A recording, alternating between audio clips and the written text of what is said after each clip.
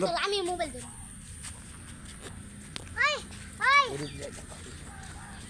একটা পাখি দেখা কি সুন্দর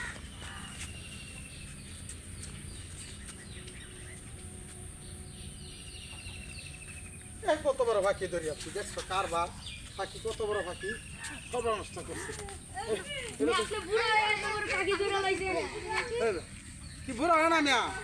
পাখি ধরছি মিয়া পাখি বসে আছি আপনি ধরবেন কে এই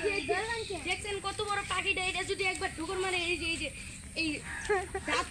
দেখেন আমি ছেড়ে দিতেছি আপনার তার কোনো সমস্যা নাই না এটা আমি লয়ে যাই না আপনি নেবেন কেন লাগি আপনি নেবেন কেন লাগি হ্যাঁ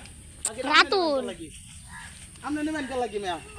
এই না পাখি ধরছি আমি আপনি নেবেন কে মিয়া এটা আমি পারলাম না কি ভালো লাগবো মিয়া ছেড়ে দেব গাছের বাকি গাছ যাবে আপনি ভালো লাগে কে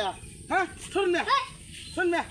ছেড়ে দিব ওর তার লাগি আপনি ধরতে আসতেন হয়নি মিয়া আপনি এরকম করতেছেন কে বারে বারে আপনি বাকি নেবেন কে নাকি আমি বাকি গাছে আছি এই জ্বরে বাতাসে নিচে পড়ছি আমি ছেড়ে দিব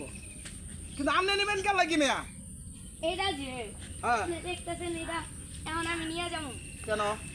কারণ এটা ঝড়ে বাতাসে নিচে পড়ছে এটা তার মানে আর উঠতে পারবো না উঠতে পারবো না তো গেলে কি আমি কি হয় না আমি কিছু এটা জোরে বাতাস নিয়ে যাচ্ছে আপনি কই যাবেন সে এটা দশ